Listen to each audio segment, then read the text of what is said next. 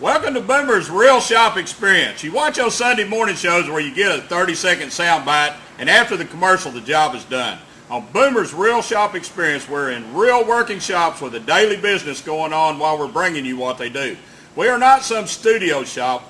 This is Boomer's Real Shop Experience. Today we're in Dyno and Performance in Fort Smith, Arkansas with owner John Hickman. John, welcome to the show. Thank you. Good to be here. Tell us a little bit about Dyno and Performance. Well, we're a full-service speed and performance shop. We offer speed and performance parts for pretty much everything you need. We do custom exhaust work, chassis work, roll cage, and of course, dyno. We got the dyno. What we're going to do here is try to demonstrate that sometimes you may overlook a bolt-on horsepower item. You may be spending a ton of money like internal engine parts for lightweight stuff, and you may be able to bolt on a part and pick up that 30-40 horsepower you're looking for. Dyno time can be definitely the best spent money. I like dynos, man. They're a good toy. They're fun to play with, but they're a real important tool if you're really trying to fine-tune that motor to get that horsepower. If you're serious, that's the way to do it. Hey, let's hook it up and get started. Sounds good. Thank you. We got Ryan Taylor here, driver of the number 1T Economy Mod. Ryan, welcome to the show. Boomer, good to be here. Tell me a little bit about your car. It is an economy modified.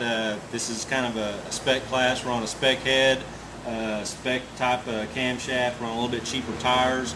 We're able to use everybody else's old A-mod stuff to kind of get into this, so it helps with the cost on an initial getting into racing, so to speak. If you can ever limit costs, that's the way to do it, I guess. That's right. Gives you an opportunity to run an open wheel car and not spend that ton of money on it. Right.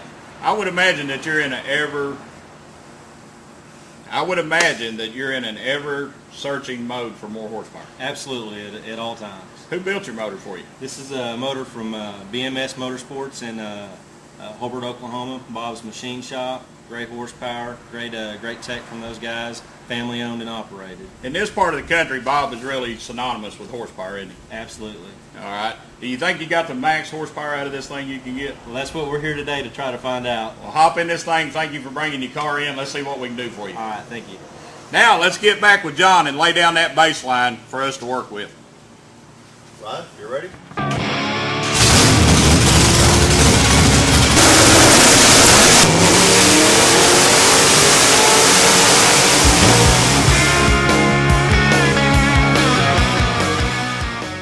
Now we're going to make a change with our Economy Modified with James Nicholson from Sooner Racing Products, also located in Fort Smith, Arkansas. James, welcome to the show. Thank you, Boomer. Tell us a little bit about what we're going to do here. We're expecting a good change on the carburation when we change it. We get finer tuning on it, with the jets and stuff like that, which we're not at this time ready to do. We're out of the box with We're this, straight out right? of the box, set it on there, adjust the idle speed on it, mix with the air mixer screws a little bit, and let it go with that. Let it go with that. Yeah. Tell us a little bit about this carburetor, where it come from. It's advanced product designed out of Ohio. I've been using them for 3 years now. Everything's been just great. You've seen a lot of pickup with that. Seen a They lot got of a lot pickup with it, yes. lot of satisfied customers. Very tunable. Worked real well. All right, let's do it.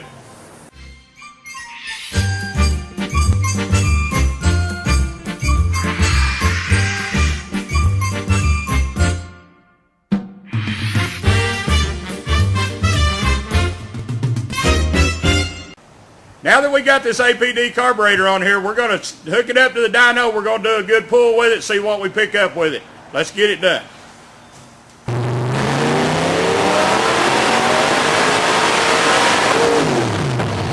Now that we've done our run with our carburetor with the first set of headers on, John, with Dyno and Performance is back with us. John, tell us what we've done here with this new carburetor. Okay. Start off with, we need to look at our lower RPM numbers like corner exit speeds. At about 3,700 RPM, we picked up 16 foot-pounds of torque, 11.53 horsepower. At peak numbers, which unfortunately that's what everybody looks at, but they miss the whole picture, we picked up 11 horsepower, 7 foot-pounds of torque. Then again, down towards the end of the straightaway, at 6,800 RPM, we picked up another 16 foot-pounds of torque and another 12.5 horsepower.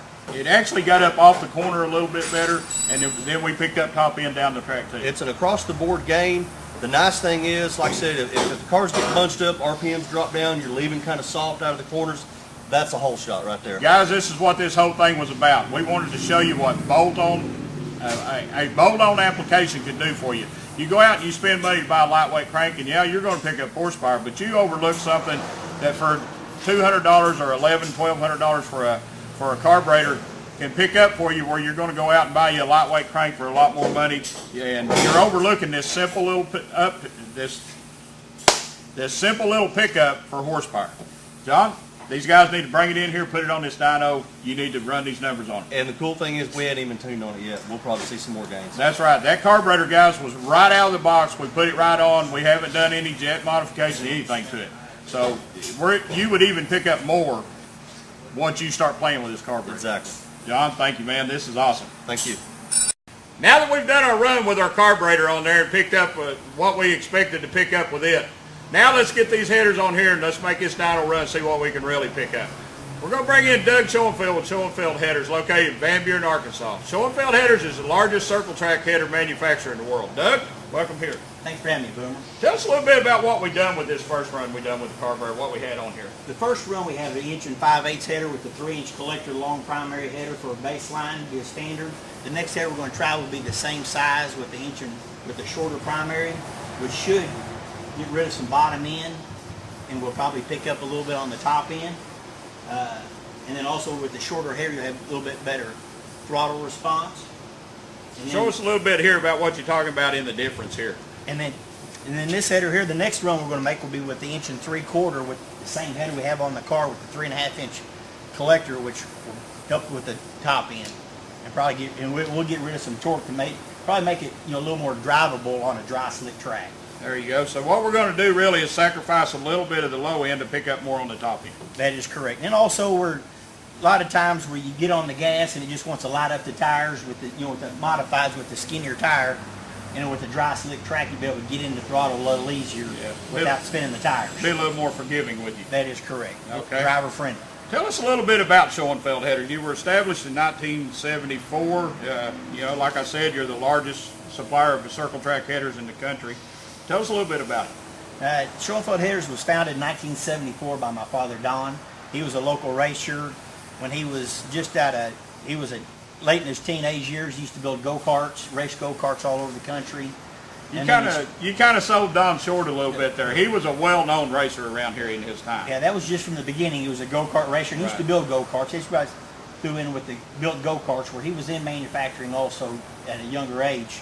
And then he was a racer. He raced, with Dick Trickle, Bob Seneker, Larry Phillips, and he won quite a bit here locally. Yeah, he was quite a racer back in his time now. Yes. And like so many businesses involved in racing, they kind of develop out of that love for racing. If you do something that you love for a living, you really never work, right?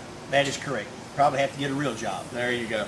Well, let's get this thing hooked up. We've made a dyno run with our other one. We're going to get this hooked up on it. We're going to make another pull, see what we pick up. Let's get them bolted on.